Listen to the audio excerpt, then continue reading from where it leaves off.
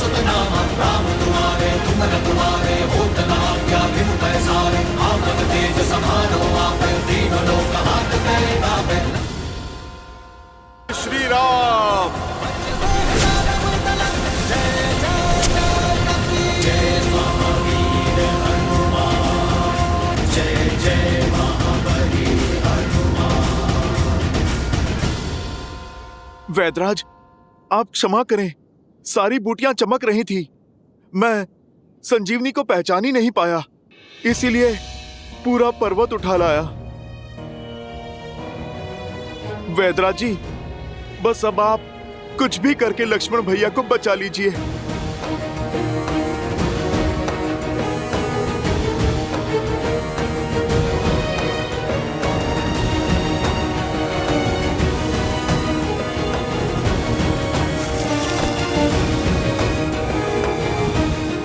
प्रभु,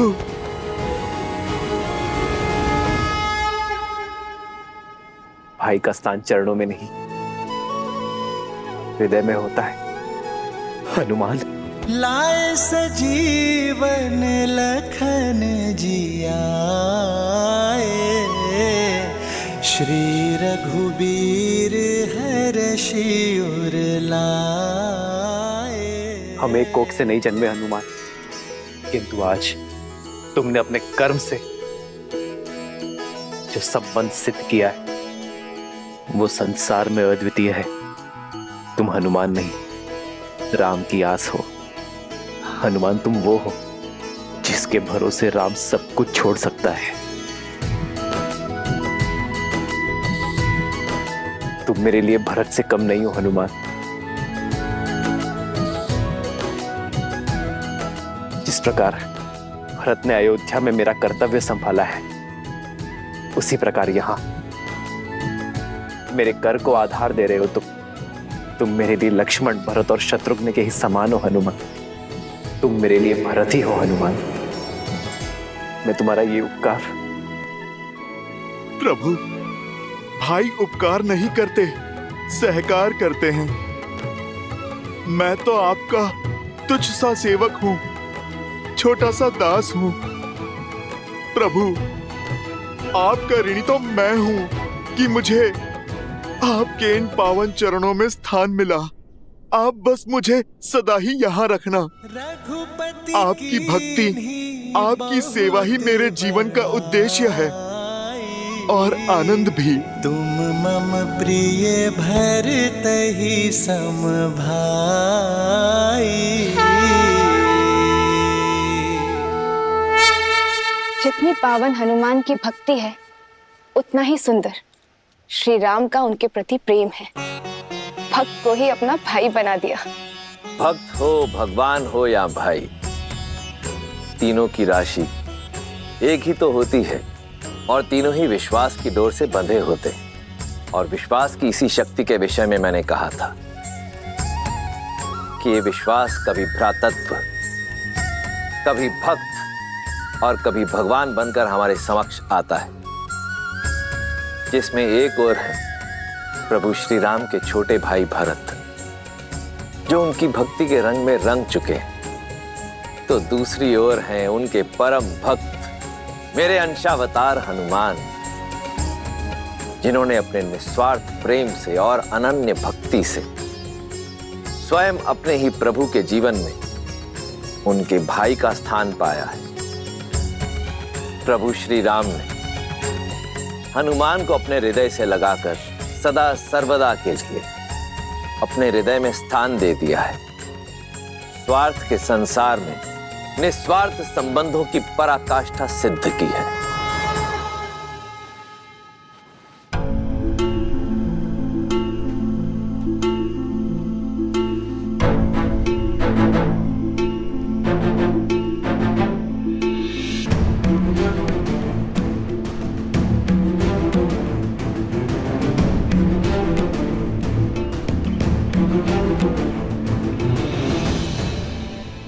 मैंने तो अपना कर्म कर दिया, अब बारी संजीवनी की है। आपका कार्य अभी तक पूर्ण नहीं हुआ है वैद्यराज। जो लक्ष्मण ने मेरे लिए किया है वही सब इन वानर वीरों ने भी किया है जो मूर्छित पड़े हैं। उन्हें भी संजीवनी का उपहार दे दीजिए।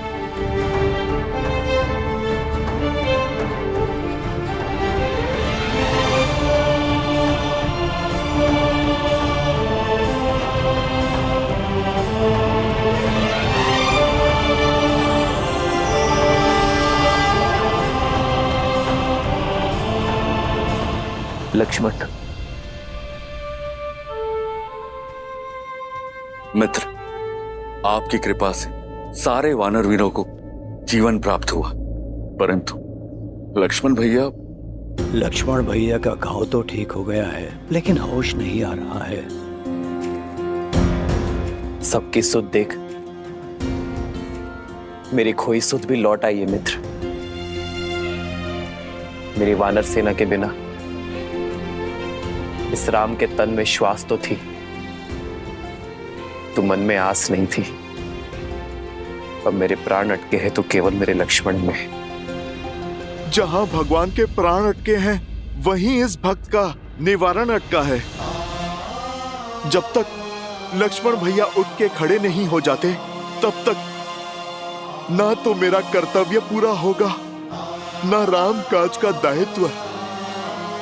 जिस औषधि ने सबकी मूर्छा तोड़ दी, उसका प्रभाव लक्ष्मण भैया पे क्यों नहीं पड़ रहा?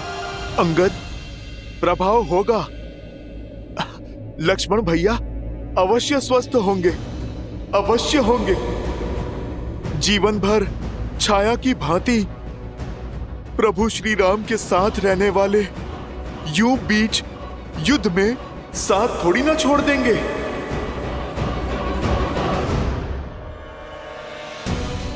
लक्ष्मण, यदि तुम्हारे प्राण नहीं बचे तो राम के भी प्राण नहीं बचेंगे, तो राम के भी प्राण नहीं बचेंगे। उठो मेरे लक्ष्मण, उठो, अपने नेत्र खोलो लक्ष्मण।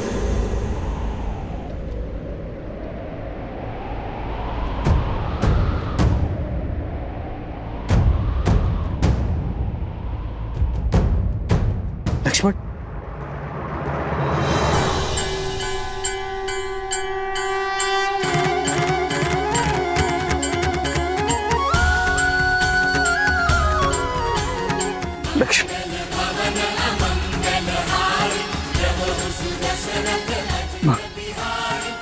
भैया,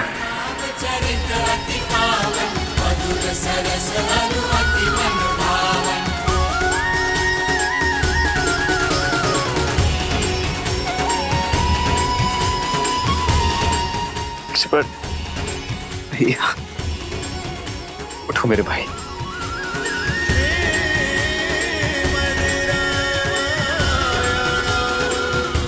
लक्ष्मण,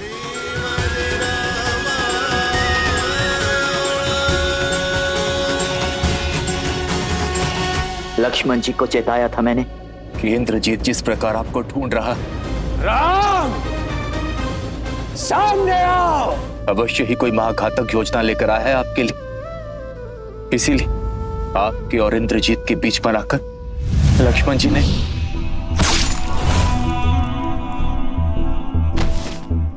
क्रोधित हूं मैं, बहुत क्रोधित हूं। बस यूं समझो कि किसी प्रकार रोका है अपने आप को। क्यों लक्ष्मण, क्यों मुझ पर आया घात? तुमने अपनी छाती पर ले लिया। अरे होने देते मुझ पर प्रहार, तब चोट केवल मेरे तन पर लगती, किंतु तुम्हें मूर्छित देख मेरा मन घायल हो गया था लक्ष्मण। मेरी आत्मा टूट गई थी। भूल गए लक्ष्मण, यदि राम शरीर है तो लक्ष्मण उस शरीर में बसी आत्मा।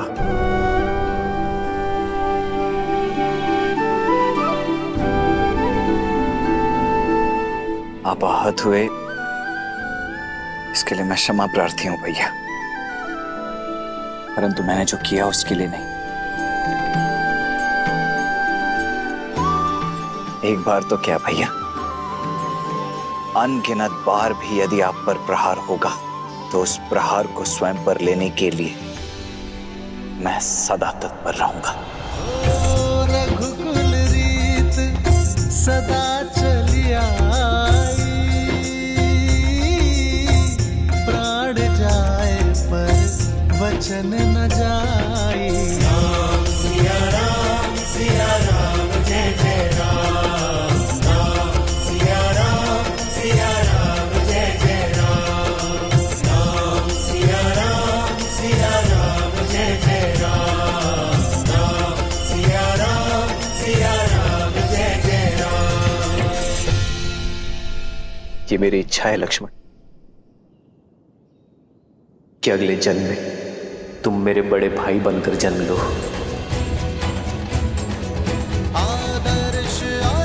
और मैं तुम्हारी सेवा करूं।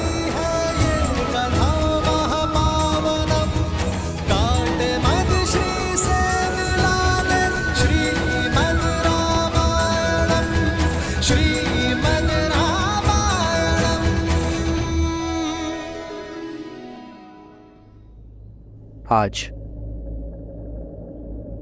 यदि हम एक दूसरे को आलिंगन कर पा रहे तो उसका श्रेय उसे जाता है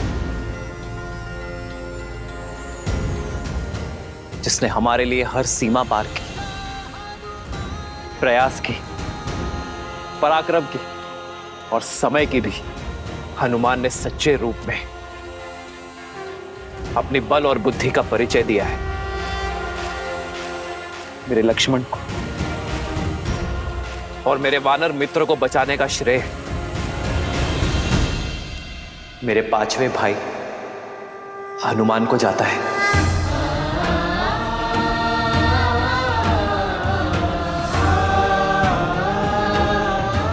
और इस बार भी मेरी आनंद और प्रसन्नता का कारण हनुमान है।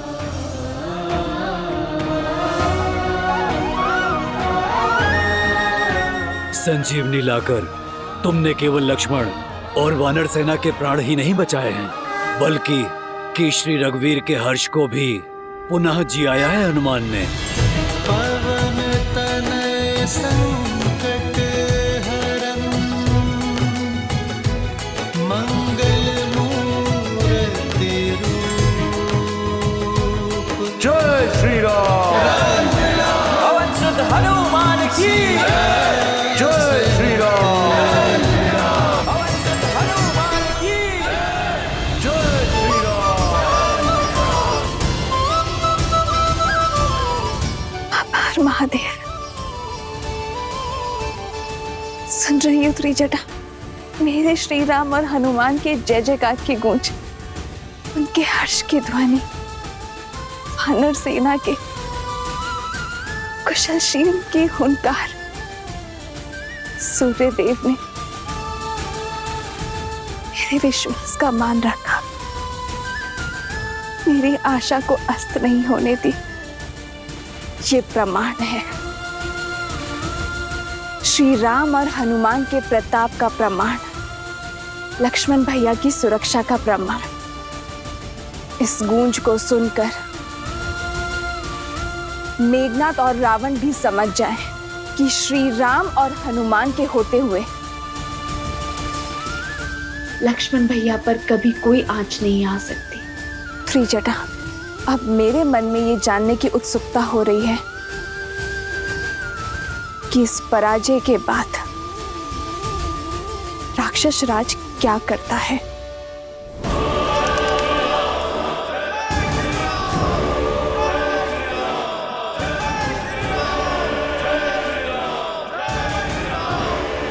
कितनी बार लंका को उसी की भस्म से खड़ा करेंगे हम? हमारा हर दांव उल्टा पड़ रहा है।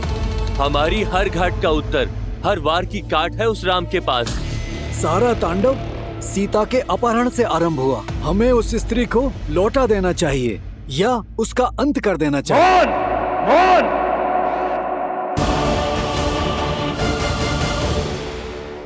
अपने मुख से पुनः सीता का नाम मत लेना। आश्चर्य होता है मुझे तुम्हारी मूर्खता पर। यदि तुम ये सोचते हो कि यह युद्ध मेरे सीता को अपहरण करने से हुआ है, यह युद्ध नर और राक्षसों के बीच है, मान और अभिमान के बीच है। वो नर स्वयं को श्रेष्ठित करना चाहता है और इसके लिए उसे देवताओं का संरक्षण भी है और सहायता भी। वो पुनः हमें उसी नर्क में ढकेलना चाहते हैं जहां से मैंने लंका को, तुम सबको, संपूर्ण राक्षस कुल को निकाला है। आज प्रश्न लंका की संपत्ति, हमारे घरों, हमारे प्राणों का नहीं, प्रश्न है हमारे अस्तित्व का। मैं लंकेश दशानन रावण हमारी मर्यादा को क्षीण नहीं होने दूंगा, उस नर को जीतने नहीं दूंगा। राक्षस हैं हम, हमें हाथ बढ़ाकर मांगना नहीं आता, हाथ उठाकर छीनना आता है। क्या चाहते हो तुम? सीता को लौटाकर उस वनवासी की आन को बढ़ाना चाहते हो? रावण ने यदि कुछ सीखा है तो केवल जीतना, फिर चाहे वो बल से हो या छल से। इस संसार पर राज करना मेरा भाग्य है और अपने भाग्य के आड़े मैं किसी को आने नहीं दूंगा, फिर चाहे वो नर हो, वानर हो या कोई भी देव। ना ही वो नर जो स्वयं को नारायण कहता है। यदि वो मेरे मार्ग का कांटा बना तो उसे दंड के लिए सज्ज रहना पड़ेगा। जिस राम की जय घोष ने तुम्हारे आत्मविश्वास को नष्ट कर तुम्हें भयभीत कर दिया है, देखना देखना कैसे धीरे धीरे मैं उसका आत्मविश्वास तार तार करता हूं।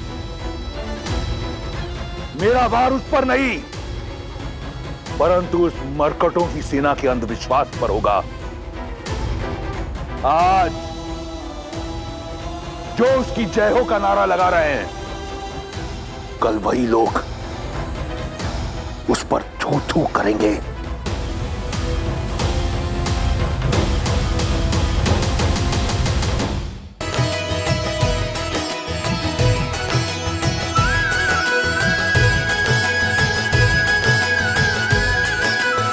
मेरे प्राण बचाने के लिए इतना बड़ा पर्वत उठा लाए हनुमान। अद्भुत हैं आप और आपकी भक्ति। भैया, ये राम काज था। यदि आवश्यकता पड़ती तो मैं देवलोक को इस धरती पर स्थापित कर देता। अब तुम्हारा राम काज संपूर्ण हुआ हनुमान। अब समय आ गया है इस पर्वत को उसके निर्धारित स्थान पर छोड़ देने का।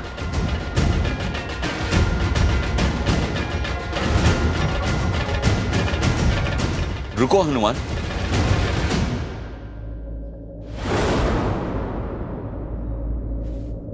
हनुमान तो आपकी भक्ति के कारण बिना कोई प्रश्न किए हमेशा रामकाज में आतुर रहता है। किंतु क्षमा करे मित्र, मेरा वानर मन इस काज का महत्व नहीं समझ पा रहा है। ये संजीवनी पूरे युद्ध में हमारा संबल बन सकती है, हमारे सैनिकों के प्राण बचा सकती है। फिर ये युद्ध वीरों का नहीं, कायरों का होगा मित्र। नियति और भाग्य के विरुद्ध होगा। और सबसे बड़ी बात, मां समान प्रकृति का उल्लंघन करेगा। चाहे सागर हो, पर्वत हो या मानव, संजीवनी हो या वनस्पति, प्रकृति ने इन सभी का स्थान उपयोगिता के अनुसार निर्धारित किया है ताकि हम सब आवश्यकता के अनुसार इनका लाभ उठा सकें, किंतु इनका दोहन ना करें, इनका शोषण ना करें। हमारा कर्तव्य प्रकृति का सम्मान करना है मित्र। उनके साथ छेड़छाड़ करना मैं नहीं चाहता कि भविष्य में मेरे हनुमान पर प्रकृति का संतुलन बिगाड़ने का लांछन लगे। और वैसे उद्देश्य पूर्ति के बाद तो प्राण स्वयं परमात्मा में मिल जाते हैं, तो इसे भी लौट जाना चाहिए। प्रभु, दास आदेश के लिए सज्ज है। जय श्री राम। जय हनुमान ज्ञान गुण सागर, जय कपीस तिहु लोक उजागर, राम दूत अतुलित बल धामा, अंजनी पुत्र पवन सुत नामा, राम दुआरे तुम रखवारे, होत न आज्ञा बिनु पैसारे, आपन तेज समारो आपे, तीनों लोक हाथ करे कापे।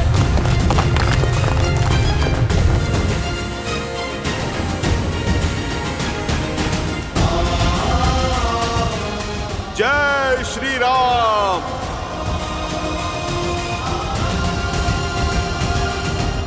पर्वत का भाग इधर उधर गिर गया तो इसमें भी कोई रामकाज ही होगा, है ना प्रभु? ये बूटी सुदूर हिमालय में मिलती है, दुर्लभ ही नहीं, ये आलभ भी। यदि भविष्य में किसी को भी इसकी आवश्यकता पड़ेगी तो हर कोई इसे प्राप्त नहीं कर पाएगा, क्योंकि हर किसी के पास मेरा हनुमान नहीं होगा। यदि इसके कुछ खंड मार्ग में गिरे भी तो भी ये जन साधारण के लिए हितकारी ही होंगे, क्योंकि दक्षिण से उत्तर तक हर कोई इस बूटी का लाभ उठा पाएगा। जय श्री राम। जय हनुमान ज्ञान गुण सागर, जय कपीस तिहु लोक उजागर, राम दूत अतुलित बल धामा, अंजनी पुत्र पवन सुत नामा, राम दुआरे पैसारे, आपन तेज समारो आपे, तीनों लोक हाथ करे कापे।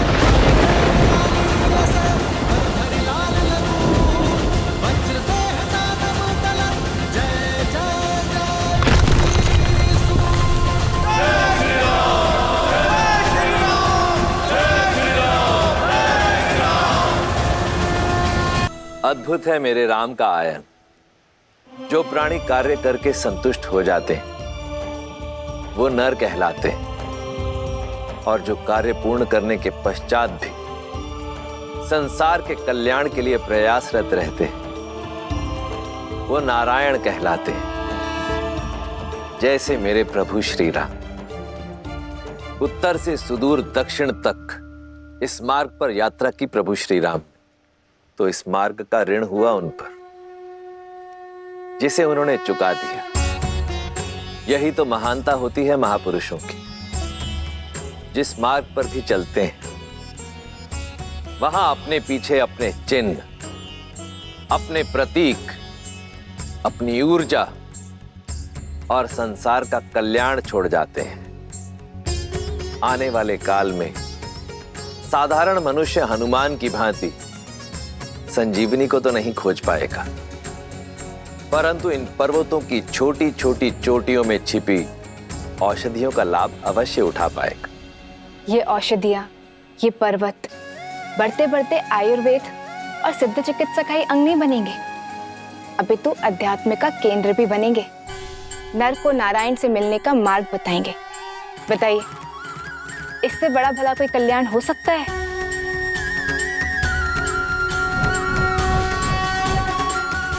इस पर्वत ने तो नया रूप धर लिया, किंतु पर्वत से हट रखने वाले रावण के मन का कायाकल्प हो पाएगा क्या? जब कोई धर्म और नियति के विरुद्ध युद्ध लड़ता है, जब कोई प्राणी मर्यादा की सीमा तोड़ने को आतुर हो जाता है, तो उसके कर्म और परिणाम दोनों भयावह हो जाते हैं, जिसका उदाहरण है रावण के कर्म। रावण के कर्म अक्षम्य हैं और उनका परिणाम उसके लिए घातक सिद्ध होगा। ओम ह्रीं निकुंभले शत्रुस्तंभ्य पाद्य पाद्य पट।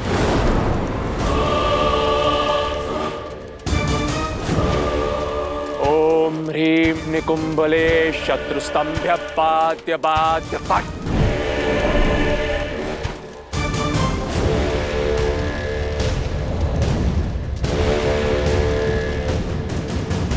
किसने मेरे यज्ञ को भंग करने का दुस्साहस किया?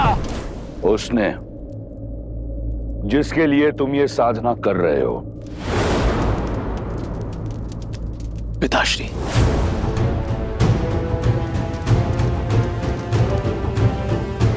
आप यहाँ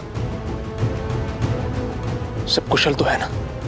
नहीं पुत्र, वो वनवासी का भाई पुनः जीवित हो गया है और वो मरकटों की सेना एक बार फिर खड़ी हो चुकी है। असंभव है ये। शक्ति अस्त्र का काट उन्होंने खोज कैसे लिया? उन्होंने क्या किया, कैसे किया, इससे कोई अंतर नहीं पड़ता। अंतर अब इससे पड़ता है कि अब आगे हम क्या करेंगे। आदेश दीजिए पिताश्री। समय आ गया है। भावनाओं के भवंडर में फंसे राम के समक्ष सीता को ले जाया जाए, जिसके उपरांत क्या? जिसके उपरांत राम के समक्ष तुम सीता का शीश उसके धड़ से अलग कर देना।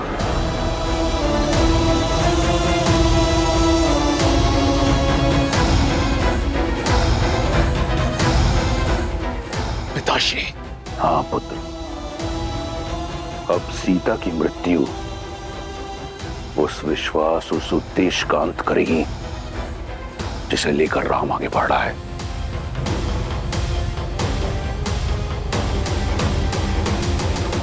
भोर से पूर्व रात्रि अधिक अंधकारमयी हो जाती है और वो अंधकारमयी रात्रि हनुमान के कारण शेष हुई। परंतु अब भी हर पल कठिन होता जाएगा। हमें अपना शौर्य उगते सूर्य के तेज की भांति प्रतिपल बढ़ाना होगा।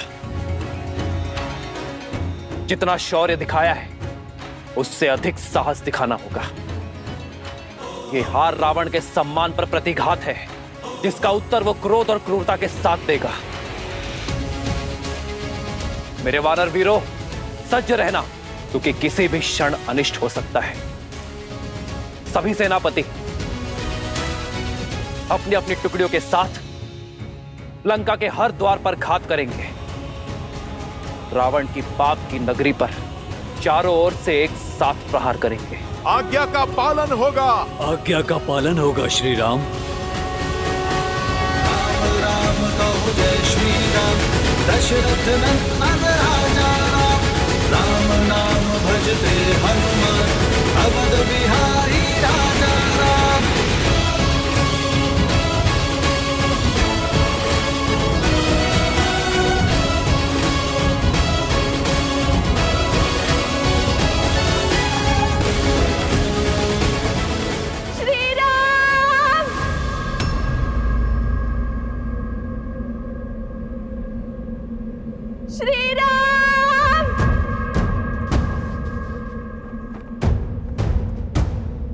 भैया ये तो भाभी माँ का स्वर है। हाँ।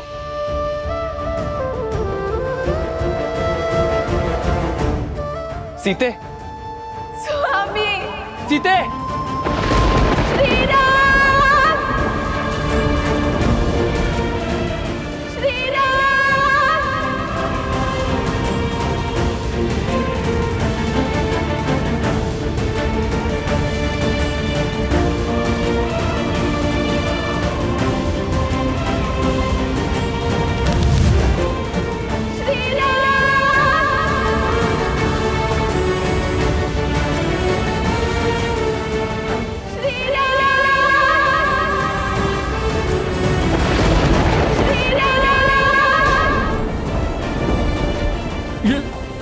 ये तो माता सीता है।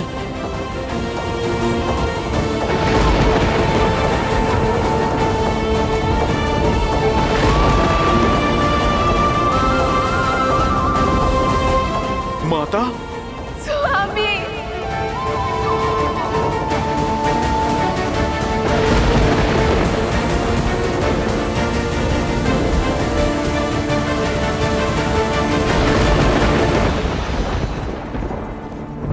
श्री राम, सिया राम, श्री राम,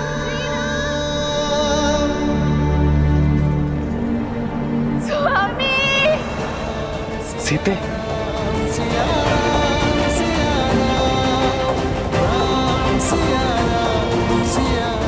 भी माँ।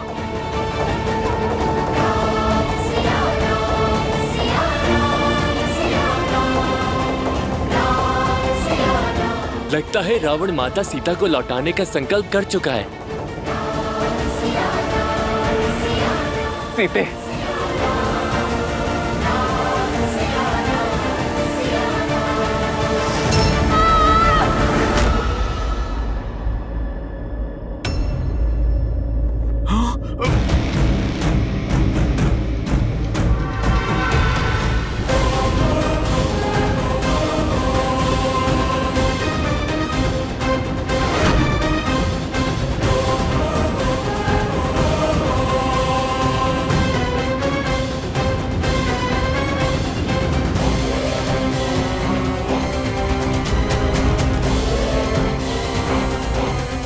मेघनाद, इस समय तुम्हें उत्तर देने का नहीं है, तुम्हारे भ्राता श्री को संदेश देने का है। राम,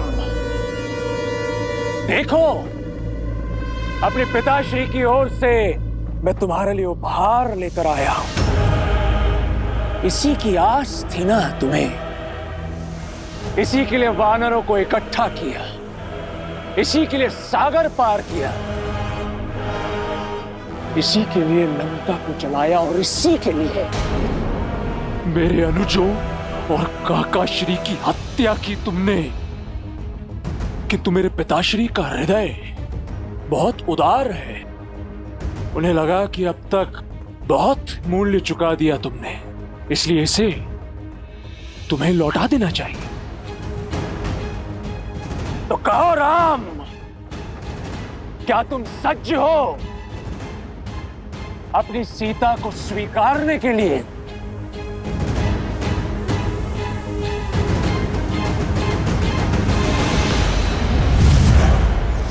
सीते,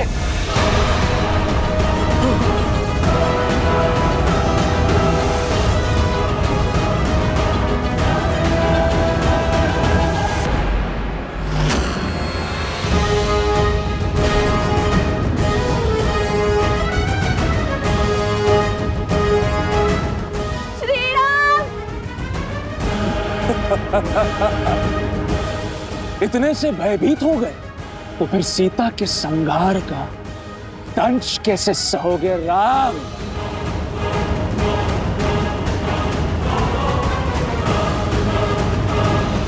नहीं भैया, ये सत्य नहीं हो सकता। ये दुष्ट अवश्य हमें माया से छलने का प्रयास कर रहा है। हाँ लक्ष्मण, इसका रूप अवश्य सीता सा है, किंतु भाव और स्वरूप नहीं। अच्छा, विश्वास नहीं हो रहा तो ठीक है, अब विध्वंस देखो। देखो कैसे मैं तुम सबके समक्ष सीता को मृत्यु लोक पहुंचाता हूं।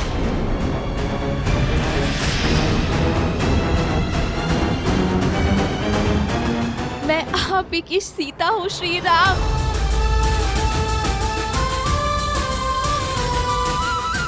लंका के इस पाप में मेरा प्रेम का पुण्य ही मेरा संबल था। जब ये दुष्ट मुझे युद्ध भूमि की ओर ला रहा था, तब मेरे मन में भय नहीं, विश्वास था, आभार था आप सबके प्रति। युद्ध भूमि में असुरों का संहार करने वाली वानर सेना, धन्यवाद। मेरे श्री राम का संकेत मुझ तक पहुंचाने वाला हनुमान, मेरी बुझी हुई आस का दीपक प्रज्वलित करने वाला हनुमान,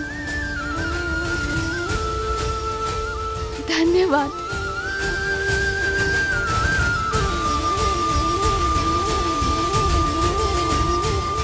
मुझे भाभी से अधिक मां मानने वाले, दिन रात मेरी सेवा करने वाले,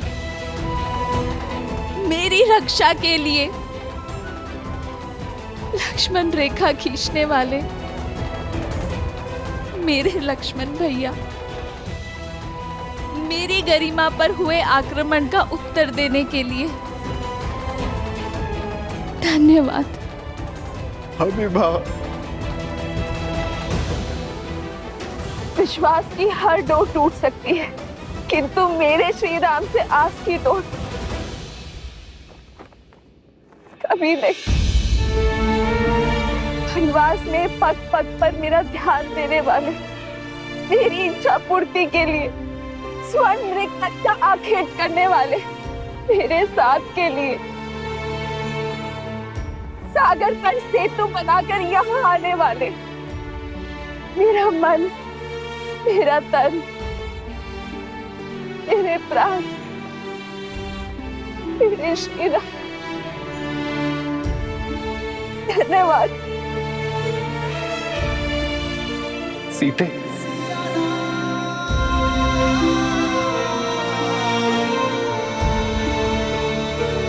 अर्जित नियति का यही लेख है आर्य। ना मैंने स्वर्ण मृग का हट किया होता, ना मैंने लक्ष्मण रेखा को पार करने का पाप किया होता, ना मेरे कारण हम सबको ये युद्ध का दंड भोगना पड़ता।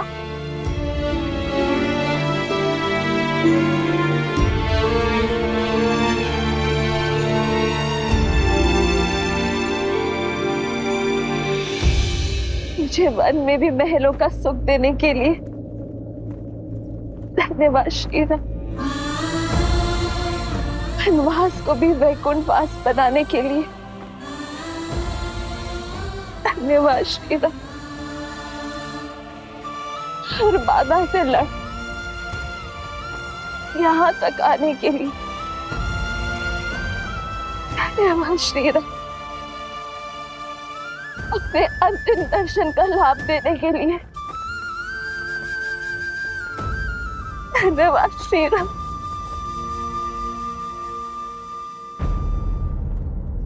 समय आ गया है,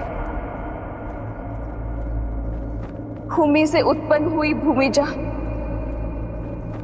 एक बार पुनः भूमि में मिल जाएगी। मेरा काटना असंभव हो रहा था मेरे लिए श्री, मृत्यु का ये मार्ग मेरा उद्धार है। नहीं सीते,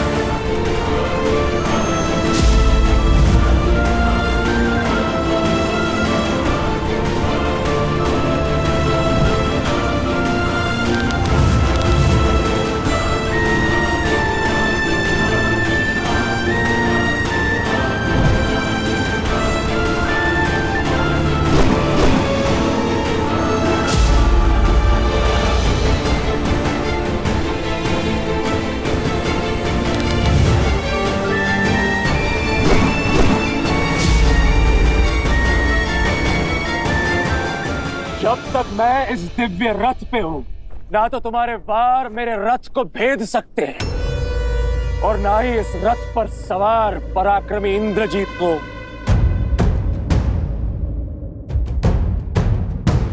क्रम का साथ होता है,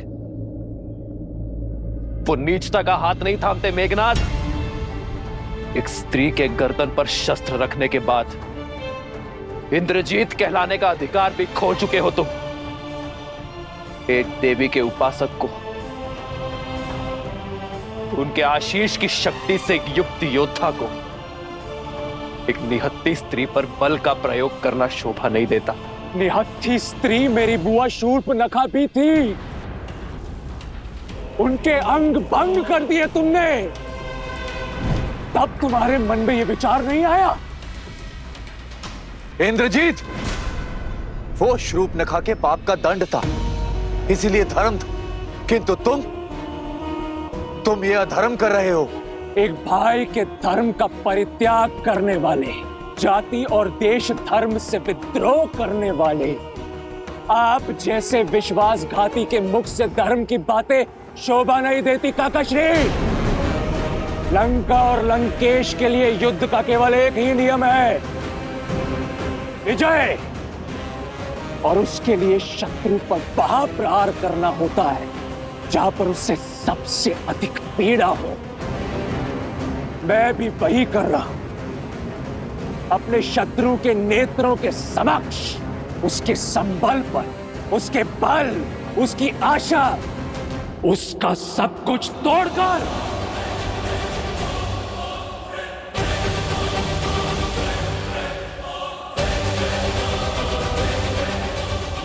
भैया